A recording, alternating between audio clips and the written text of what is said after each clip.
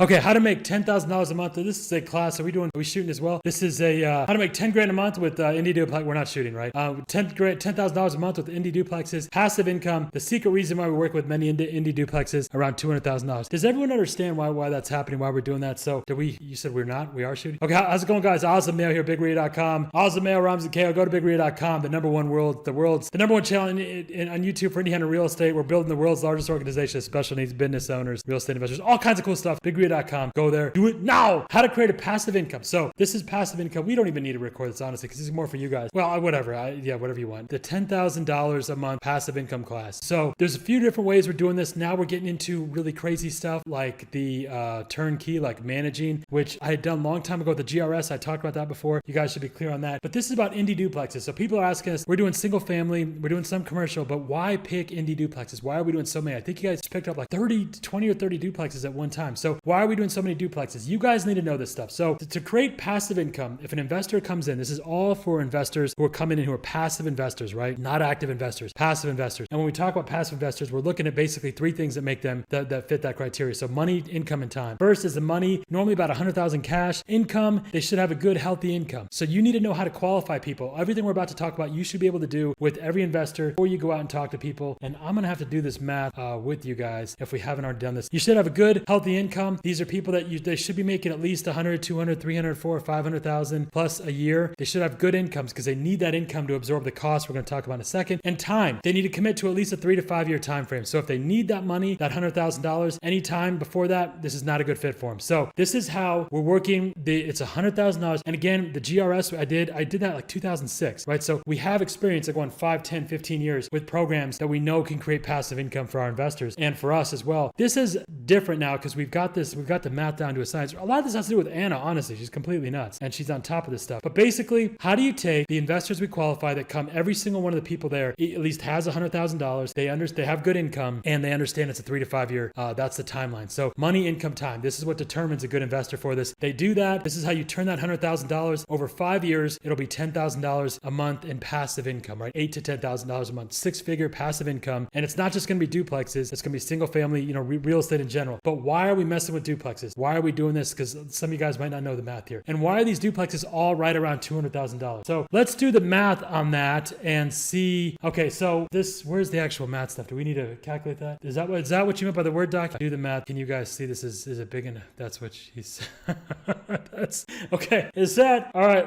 Okay, so here's the thing with duplex. So you guys, there's a couple things we need to know. 1% houses. You guys know what that means, right? Does everyone know what a 1% house is? Okay, so 1% house is, let's say a house, the value of a house is $200,000. How much is that house going to rent for? Are there houses that are going to rent for $2,000 a month that are $200,000? Do we all know the answer to that? Okay, raise your hand if you think that if you know of a $200,000 house that's going to rent for $2,000. Okay, she's screwing it up. Okay, if anyone was going to raise your hand, it's okay, but she gave it away. So the answer is no. A 1% house is normally going to be $150,000 and below. So a $150,000 house, that means that it's going to rent for how much? What's 1% of $150,000? $1,500 is what you're about to say, right? Right. That's what everyone got. So that's kind of pushing it because we're not going to find, usually you can get a $150,000 house for $1,200 a month. Can you rent that? Can you rent a $200,000 or $300,000 house? If you're renting a house in Indianapolis or in the Midwest, can you rent a $300,000 house, a $250,000 house for $1,500 a month? Can you do that? Yes or no? Yes, right? Everyone can. So that tells us already, wait a minute, the $150,000 is kind of pushing it. Usually where we're going to be with these 1% houses is $50,000 to $100,000 a month. Remember we talked about equity, how it's liquid and productive, right? Everyone's familiar with that. Are we still recording? Maybe I'll talk to you guys. Can see me if I talk to the camera, right? If I look at the camera, is it on the screen? No, it's the other screen. Sometimes it's on there. Sometimes it only shows up if we record it though. But the whole thing with we have the liquidity and productivity when it comes to equity, right? So if you have, let's say $500,000 worth of real estate, well, what's it producing? Well, it depends. What if you have two houses at $250,000, each of them rent for $1,500 a month? Well, now your productivity is $3,000 a month is what you're making, right? You have two $250,000 houses, each of them rents for $1,500, but he was saying earlier $1,200. So that could even come down to $2,400. So you might make $2,400 off of $500,000 worth of real estate, right? Because you could have two houses at $250,000 and they're producing $2,400 a month in rent, right? Well, that's pretty bonkers, right? So how much are you making? Let's say that's about 0.5% a month. That means over the course of 1 year, how much you're making? About 6%. So you could very easily get $500,000 worth of real estate, and it produces over the year 6%. And this assumes, by the way, that you don't have many costs that come with that. At first, you're going to have huge costs. Okay, let's come back here. Because in the first 3 to 5 years, that's the time frame we have for our duplexes. The cost is going to be about half, about 50% of that rent. So in that case, that means you're only making 3% on $500,000 worth of real estate. So if you had $1 million worth of real estate, you're still only making 3% on that money for the first 3 to 5 years. Does that make sense? Whenever we buy any rental property for the first 3 to 5 or 5 to 7 years, we can standard that's called the 50% rule. It's not always going to be the same, but it's a good rule to use. So let's put this over here. 50% rule. That means that we're going to lose half of our income. So if we have a single family house at $250,000 and it rents for $1,200 a month, like you were saying, which this is a real deal you can see right now, or you can just get on Zillow and you can find deals like this. That means that if you had 2 of those, you'd be $2,400 a month on $250,000. Let's say $2,500 a month on $250,000 or on $500,000. Half a percent over 12 months is 6%, right? But if you're only getting half of that in the first 3 to 5 years, that means you have $500,000 worth of real estate, but you're only making 3% productivity on that for the first 3 to 5 years. So if your payment on this $500,000 is, let's say, $3,000 a month, what does that mean? It means you're making your payment is $3,000 a month, right? Should we put this on a different line? You guys can all see this, right? Your payment's $3,000 a month. This is math you guys have got to know. So if there's any questions, okay, let me know. Just don't wait till I'm done. Just raise your hand, because if you miss part of it, you're going to miss the rest of it. $3,000 a month is your payment on that $500,000, let's say. But what's your income? What's your income coming in? $2,400. But like I said, you're only getting half that roughly for the first 3 to 5 years. So the difference between $3,000 and $1,200 is how much? How much? Somebody better get the, okay, good job. $1,800. So you're paying $1,800 a month out of pocket for 3 to 5 years. Does that make sense? Okay, so now we're seeing why we have to have people with good income. But again, this is a single family residential house, $250,000. Why am I talking about that? I'm saying that because we have to understand how to compare things. So there's 1% houses, then there's 2% houses. 2% houses rent for 2% of the value of the house. So if the house is $100,000, that means that house is going to rent for $2,000. Can you go out here and find a house that you can buy for $2,000, a $100,000 house that rents on the market with nothing weird or nothing special, that rents for $2,000 a month? No? Right? Okay, she gave away the first. Right, that doesn't happen. We only find 2% houses generally within the $30,000 to $40,000 range, right? So if a house is $30,000, can we go out and find $30,000 houses that are renting for $600 a month? Absolutely, right? We've made this area in the state famous, the state fairgrounds. Go check out the state fairgrounds. You see 2% houses all over the place. Exactly, right.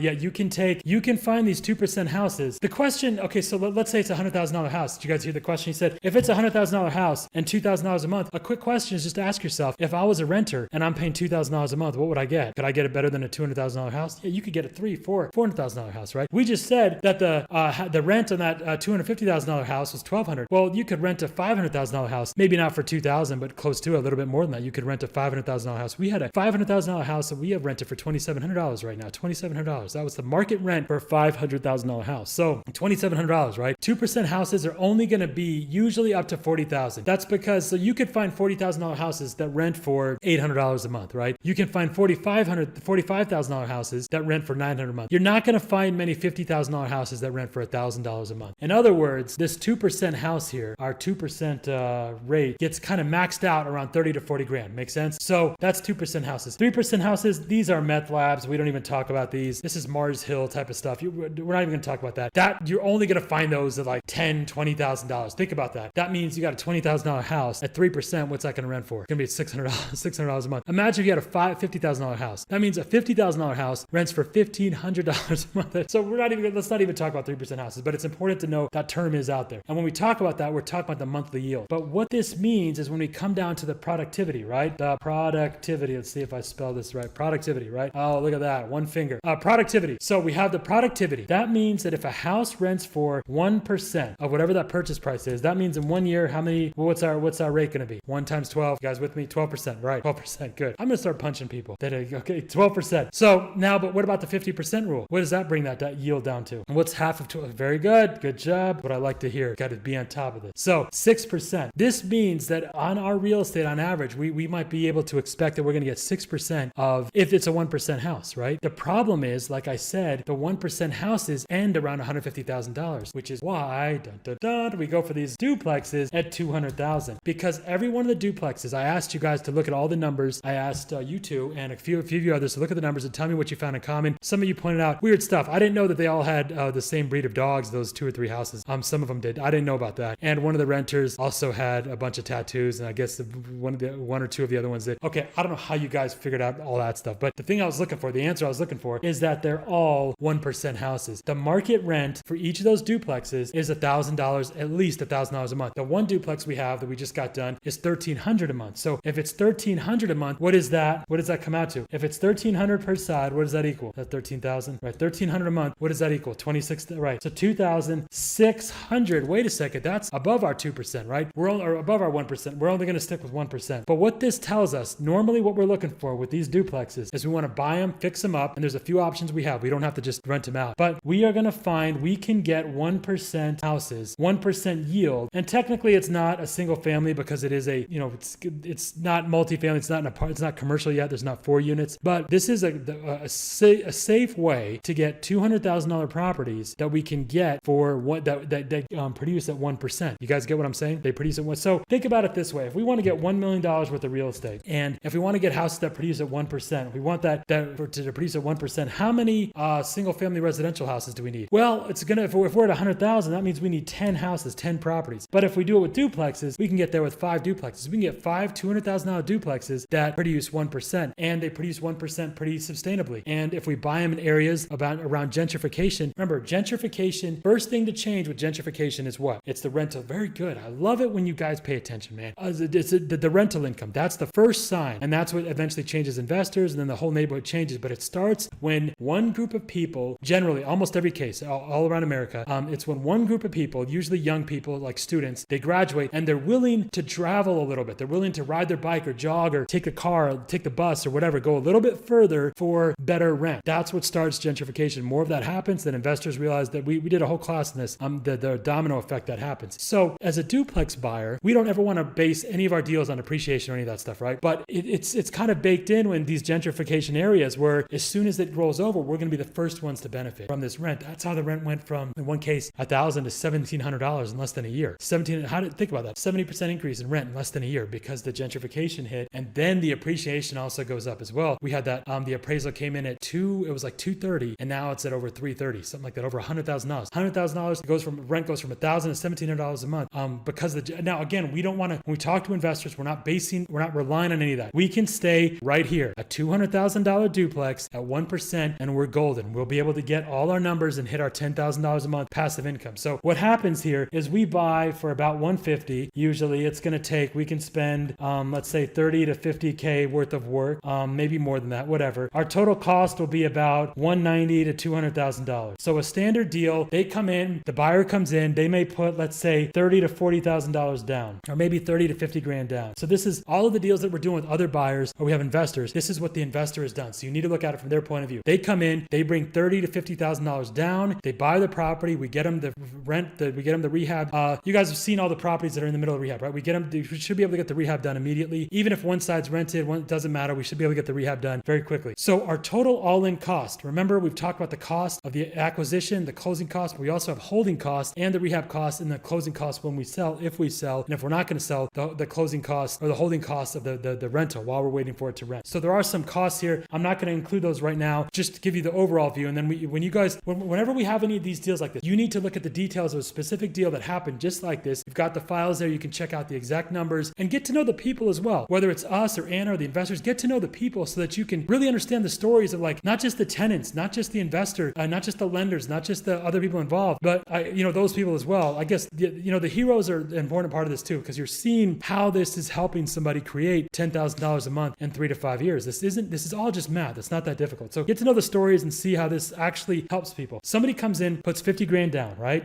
Plus that's all they're putting money down. They're getting a loan for, let's say, 150, right? And then we're also going to add the work. Let's say the work is 30 grand. So our total cost in this case would be 180, 190. Now we go and we get an appraisal, right? And we get the appraisal for our appraisals on these deals usually come in at 230 to 280. So our 250 is our normal range. Now, if it's 250, we can refinance at what percent? By the way, I never recommend this for active investors. All this stuff, we never do use loans or anything. This is all for passive investors so that you understand how to talk to them. Sorry, guys, I wasn't looking at you. If you move over to the other side, you might be able to see better. Yeah, get the chair. Yes, perfect. Okay, so you guys follow what's happening here. He's buying the property. They're into it for about $200,000. We get the appraisal for $250,000. So now we can refinance at 80%. What's 80% of $200,000? 80% of 200. Okay, gonna punch somebody, man. I'm gonna start punching people in the throat. All right, this is not $200,000. This means we get the appraisal for 200 grand, right? Makes sense. Okay, so or we get that we can refinance and get 200,000 and pull that $200,000 out. Now, what happens if we pull out 200,000? Because in this case, he owed 180,000. 190,000 was a total all-in cost, but that includes a $30,000 down payment, or the 30 to 50 grand down, right? So at this point, if we pull out the full $200,000, we have a monthly payment on that. So we'll say that payment is, let's say, $1,400 a month. It's going to be the payment if we pull out that 200 grand. But what this allows you to do is that we pull that money out, we pay off the initial loan of the 150, we pay off the work that we had for 20 or 30, or the work that whatever the work that we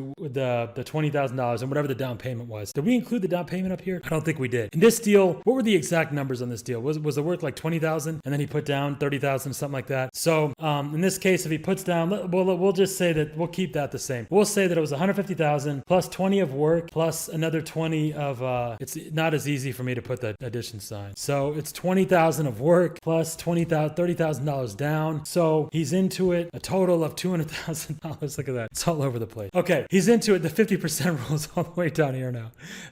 All right. So he's into it for a total of $30,000. Okay, does that make sense? Down payment money was $30,000. The total cost is $200,000, but we just refinanced the $200,000. You get what I'm saying? So now what happens is he pulls his cash out. So now he's able to take that same $30,000 as that down payment money, and we're able to go on and move on to the next deal. And we can do the next deal, right? The issue here comes down to, before we move on to that next deal, let's look at how this one deal works. Everything is self-similar, right? So if we understand how one deal works, we can understand how they all work. Let's say the payments here are $1,400 a month on $200,000 loan, $1,500 a month. It doesn't matter. What are these rent out for? What do we say? We want to make sure that the rent is going to be at least 1%. So we have $2,000 a month coming in. However, this is important, right? Because we know that we're going to take that $1,400. We know at first, for the first 3 to 5 years, how much are we going to make on that? About 50%, right? Check with the local banks, because they have the insurance adjusters. They have really good data on this, and they can use a better number. Maybe it's 0.7, maybe it's 0.3 or 4 or whatever. Whatever number they have is the number we'll use. 50% is a good safe number to use. That means that we're actually only going to see about $700 a month out of that. So if we're getting $700 a month, but we're paying $1,400, or I'm sorry, we're getting of this $2,000 a month, we're only getting $1,000 a month, right? But we're paying $1,400 a month, right? So we are in the hole $400 a month. This is super important that you are able to understand that you need to understand how these numbers work, right? For yourself. Everything I just said, you should understand from A to Z. Even the 500,000 single family, you should be able to understand why we're talking about that and the different options that these investors have. But right now, this is a negative $400 a month that they're going to be investing. So they have to be able to do that. What did that do? Okay, so we're negative $400,000. It's doing all kinds of crazy stuff. Now it changes this number up here. Okay, so it's negative $400 a month. Does that make sense? That's that totally clear here. How, because the way we're going to do 5 deals or 10 deals or 20 deals, you think, wait a minute, if you're doing 10 deals, that means he's losing $4,000 a month. Yeah, that's what's happening. $4,000 a month is negative cash flow. We're going to talk about how to deal with this $400 a month in a second, but it's important that you understand that yes, there is a cost. None of these deals. Now, there are a few things to consider, I guess, because how much did he refinance for? We refinanced for the full $200,000. Maybe he'd only refinance for, instead of, he says, you know what, my down payment, I'm okay with that down payment being in. Well, that means we come down to 170. What if we bought it at a cheaper price? Well, maybe we could come down to 150. So we could refinance that property at 150, and let's say the payment at 150 is going to come down to, $1,100 or something like that. Let's say it's $1,100 or $1,200, $1,100 to $1,200. Well, now $1,100 to $1,200, and our rent is coming in at $1,000. So we're only losing about $100 to $200 a month now, every month. Well, we're still down $100 to $200 a month, but that might sound a lot better than $400 a month. So there is that to play with. The amount of loan that we get, and what we normally do, what almost every investor is doing, is they're taking out the entire amount. Because up here, when they take out, we make sure that when you refinance, that the property will appraise at there's two things we look for with the duplex. Number one is that we're at 2%, 1%, right? But the other thing is that our after appraised value, the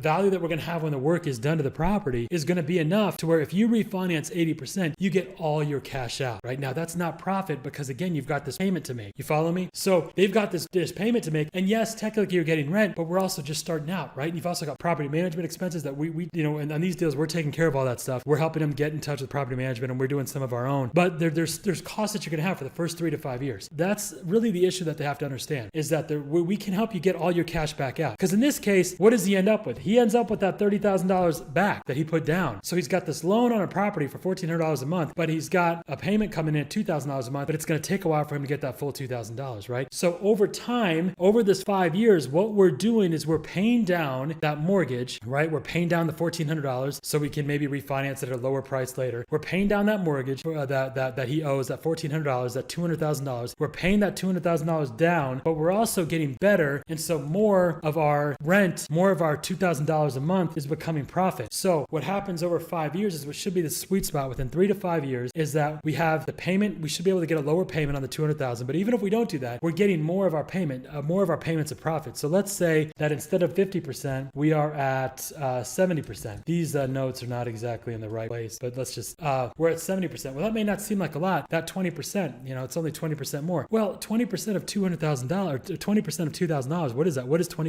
of $2,000? $400, right? Exactly. That is our cost right here. That is our where did I put the $400?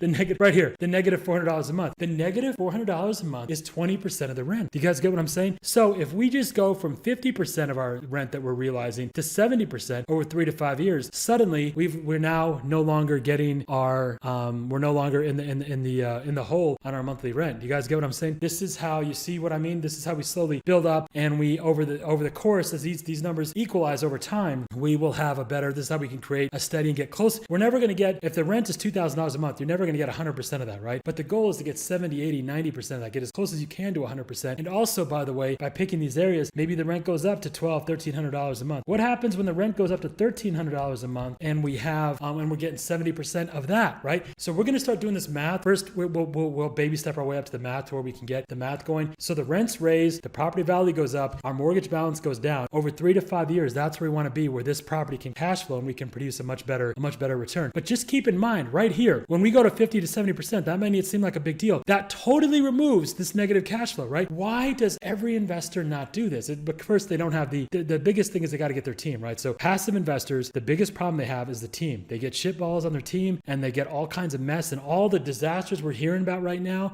The stories, the reason I want you should all go really deep in those stories is ask yourself, what was the problem? And in almost every case, it's that they have bad management. They didn't have good property management. If you have good property management, that'll fix everything because these are 5-10 year investments and longer. So if you have good management over time, you'll be able to fix everything. But just keep in mind, this 50 to 70% totally eliminates that. And now, who wouldn't want to spend 30 grand, get that 30 grand back, and now it doesn't cost you anything, and it costs you nothing every month. It's totally hands off. And in about 3 to 5 years, you'll be making 5, 10, 15, 20 grand a month passive income. Who wouldn't do that? The only reason people don't do that, number one, is because they don't have a team, they don't know about it, but it's because of this little hurdle right here. We talk about the Marshmallow Experiment. This is it. That little pain right here of having that negative monthly payment. That's why we want to work with people who have good monthly payments. Does that make sense? Now, let's talk about the 3 main ways we deal with this $400 a month. First way is the most preferred way, is that you just eat it. We call it just eat it. You got to take that cost. You've got to have enough income to where you can make that $400 a month. Now, you might say, what if I'm buying $4,000 a month? Should I have enough income where I can spare $4 grand a month? Yes, that's the best scenario, the best case scenario. Now, I know that sounds kind of weird, but that's how we want to talk when we're talking to these investors. That's what we want to explain to people is that, look, you should be okay with losing that money. Let's talk to your financial person. Let's talk to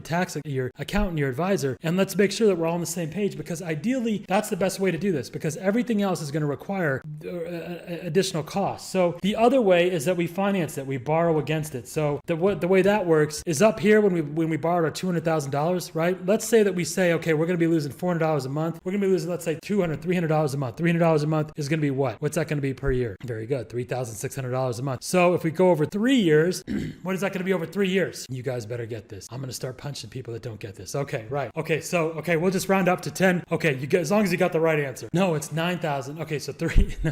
How'd you get the right answer? Okay, well, we want to break it up into an easy one. So it's 9,000 plus 1,000, right, plus 800, right? So 9,000 plus, so 600 times 3 is 1,800, right? So then don't do 9,000 plus 1,800. Do 9,000 plus 1,000 plus 800, right? So 10,800, right? So let's say 10 grand. So if we know that over the first 3 years, we're going to be in the hole let's say it was $300 a month, our negative cash flow here, right? So we know the investor's losing $300 a month. That's going to be $10,000 over 3 years. So they say, okay, look, we know it's going to be 10 grand. So let's just borrow, let's just include that in the amount that we have. Let's say we were going to take a loan out for 190. Let's take a loan out for 200, and let's borrow enough money and that we can start making that payment with. I don't like doing this because what else are you making a payment on? You're making a payment on that $10,000. That's why we don't like doing that. That's one way of doing it though, is that we can borrow to make up for that. But again, we don't want to do that. We that's why we tell people, listen, you have to have a good, healthy income to absorb some of these costs. Now, as we start moving on to 10, 15, 20, 30 properties, yeah, this is why we do this stuff. And then the other one is that we do quick flips. This is what we're doing right now. That house, I think it's, I don't know if it's in Hallville or where it is. Those are 2 houses that we're doing right now. The flips on those is going to be about maybe 120, 110, 120. So each of them is like just over 50 grand. The net profit, we take the same houses, we're into them for like 200,000, let's say. We convert them into single family and they're very big. And then we list them for anywhere from 210 to 310, 280 to 310. And then we sell them. And that's the ideal. Sometimes it's going to cost more than 200 grand. So I'd say we should be able to clear at least $40,000 in those flips. But what we do with those is we want to clear, let's say 40 to 50 grand from doing those flips. And now if our cost is $10,000, well, we can pay for 4 houses for 3 years. We can pay for a group of houses for 3 or 4 years. You guys get what I'm saying? Or we could pay, actually, if we take the 50,000, we could pay for more than that. You guys get what I'm saying? So if we say, okay, each house has a cost of X, let's just do 1 flip a year to pay for 3 years of negative cash flow for 4 or 5 houses. But I don't like doing that either, because why are we flipping this? Our goal is to do the long-term thing. Why not just convert this? So that both those houses would be great long-term buy and holds. Those would be great for this strategy. It would, every time we sell, we never want to sell anything. It's the foreigner formula, right? They come in, you hustle, you just fucking hustle, make it happen. Number 2, always buy shit. Number 3, never sell anything, no matter what, right? They hoard everything constantly. This is what you want to do. We don't ever want to sell any of these properties. So why are we flipping it? Now, in some cases, like I said, if that 40, 50 grand, if we're looking at getting 4, 5, 10 properties, 15 properties, and we're negative on all of them, yes, that makes sense, right? Let's just do a flip to pay for a couple of years of negative cash flow. But outside of that, and even then, I hate the idea of selling it, because this feeds our buy and hold if we're working on doing this. Because your goal is to have, over the course of 3 to 5 years, 10 to 15 duplexes like this. And if we have 10 duplexes that are clearing $2,000 a month, what does that come out to? 20 grand a month, right? And if we have 15, 20, 30, you guys get what I'm saying, but we should be able to clear at least $10 to $20,000 in passive income from these rentals. We're paying down the mortgages, where the rents are raising, and we're buying them in areas where we know we're getting good growth. Even we don't need appreciation, but we know we're going to have some of that come into it. And it costs you essentially nothing. The cash you put in, you're able to get out. If we have negative cash flow, we have ways of dealing with that. But this is how we can maintain. If we want to get 1% houses, 1% properties, the only way to get 1% properties above, and even at 150 grand, it's a little bit tough, right? Say 130, 120 grand, even 120 grand. Can you rent a house for $1,200 that's more than 120 grand? Absolutely. You can go rent a $200,000 house for $1,200, right? So when we start saying that, can you really get 1% houses at 120? I don't know. I'm sure you can, but it's not as available as these duplexes. We can easily go out, we can find 1% houses, we can get 1% on these yields. And we talked earlier up here about understanding how the yield works on a yearly income, right? So our forever fund, if we have $1 million that produces at, let's say we're at 70%, we're at 70% of, we're not at the 50% rule or the 70% rule. That means our $1 million is producing at 7%, right? So if we're getting 70% of our rent and we're all renting at 1%, instead of we're getting about $70,000. How does that come out to? $70,000 a year, 70 grand a year at 70%, right? If we get up closer to 80, 90%, this is how we start getting closer to that 8 to 10 grand a month. This is how we can go out. We can buy 10 duplexes, 15 duplexes, and create a $10,000 a month passive income over the next 3 to 5 years. I'd say 5 to 7 years, or 5 years, I'd say. 3 to 5 years is what we should be able to do. If we go 5 or 7 years, that's even better. But 5 years is a safe number we can use to be able to create a passive income as the numbers are right now. What did we say in the letter? So I think 5 to 7 years is what I used to say. I used to say like 10 or 15. But 5 years is a good number. 3 to 5 years. And we want to be able to explain all this stuff to people. When you sit down, first I'm explaining it to you just so you get it. This isn't how you want to explain it. Don't jump all over the place and answer questions. You want to lay it out and everything. But we have all these questions that have come up. Like some people are asking us specifically, why duplexes? Why? I say, look, all the duplexes are in the same price range generally. This is why. This is why it's important, because you're not going to get anything. Nothing else produces at 1% generally than duplexes that you'll have. And this is why we want the numbers to be. When we talk about our forever fund, we base it on 5% as a baseline, as the minimum, right? Well, here the minimum should be, if you're at 1%, the minimum you have is always going to be 6%. Even if you're only at the very beginning of that rental period, you're only getting 50% of that income. Does that make sense? Are we totally clear on that? Okay, so let's go back to our stuff here. Gentrification, we talked about that. 1% house, the 50% rule, refinance at 8%. High income and cash required. You understand why that comes. These are all questions that you guys had that came in, right? High income, why do we need high income, and why is cash required? They need the cash to put down for the down payments. They can get that cash back though if they want want. Usually 3 to 5 years. All relies on the team. For any passive investor, their biggest problem is having the team.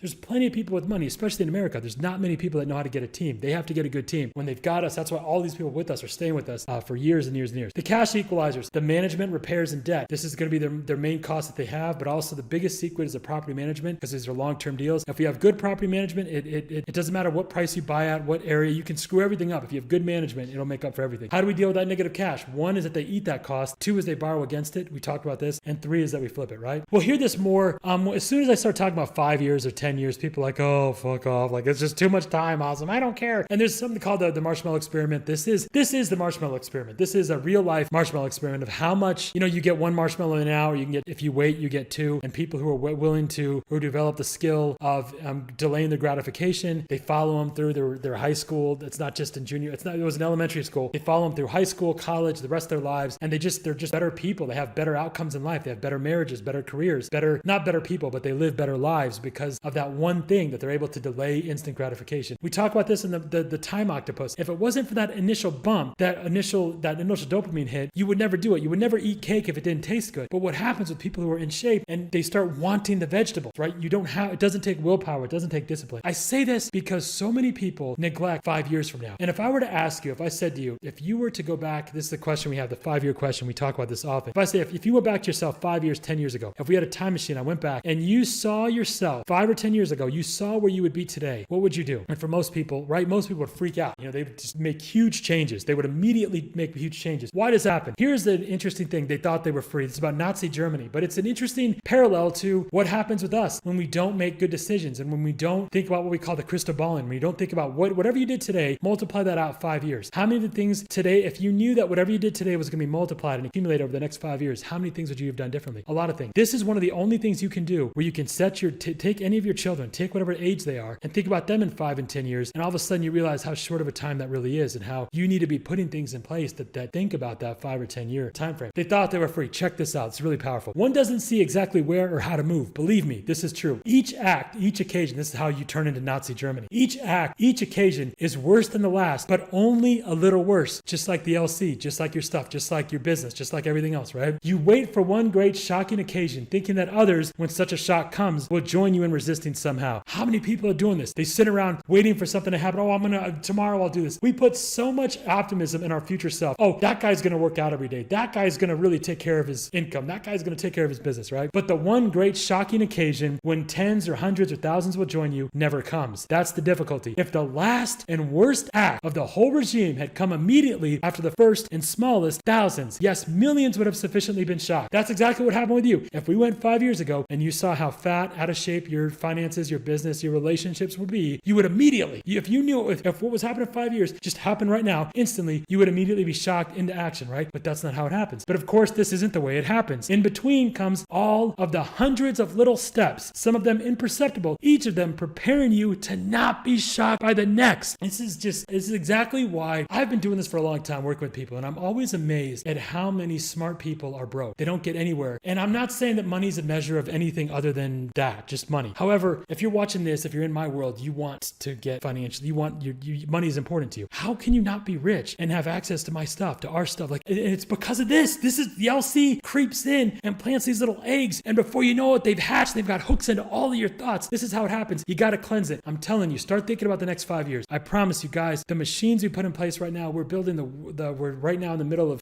we should be able to flip about 50 houses that we're buying, fixing, totally flipping by the end of this year, all with special needs people. It's a whole new project we're doing. I haven't talked much about it. I shouldn't be talking about it now, but I'm just saying it's not that hard to do if today is the day, if you have to make it happen today. If you wait, if you put the confidence or you put too many eggs in the basket of, put too much burden on the future self. Oh, that guy's going to figure it out. That girl's going to wake up earlier. That girl's going to do yoga every day or whatever. It's not going to happen. It's you right now, and it's whatever you did today. So, and one day, too late, your principles, if you were ever sensible of them, all rush in upon you, right? That happens all the time. How old am I? I'm not making any money. Oh my gosh, all this stuff happens, right? The burden of self-deception has grown too heavy, and some minor incident collapses it all at once. I see this happen all the time. Oh my gosh, Azim, I'm broke. I can't believe how long it's been. I can't believe how old I've gotten. I can't believe how many years ago I saw your first video. This all the time happens. Some minor incident collapses it all at once, and you see that everything has changed, not for the better. Now you live in a world of hate and fear, and the people who hate and fear do not even know it themselves. When everyone is transformed, no one is transformed. Oh my goodness. When everyone is transformed, no one is transformed. When everything in your life, it's like nothing is different, but one day nothing changes, but one day everything is different. This is what happens. This is why people don't build their business. This is why people don't it's not that difficult to get to 10, 15, 20, 30 grand a month in passive income. If you're thinking, I don't have 100 grand, go out, do our stuff, put a model in place, make that happen. If you're a passive investor, you got to get stuff going immediately. You've got to lay the groundwork immediately. You've got to get a solid team. You got to get people possessed that are obsessed and possessed and completely nuts like Anna. Send her an email, give us a call, or send her a text. You have her number, you should, it's on the screen, or Big Ria, love it, bigria.com. This is why we're working with duplexes. I covered all this stuff here. We should be clear on the math. There's no questions at all, right? I was looking at the camera so you guys can see the bigger side of the screen, right? Okay, Indy duplexes. That's how you get to 10 grand a month passive income with Indy duplexes. Hopefully that all makes sense. I love you.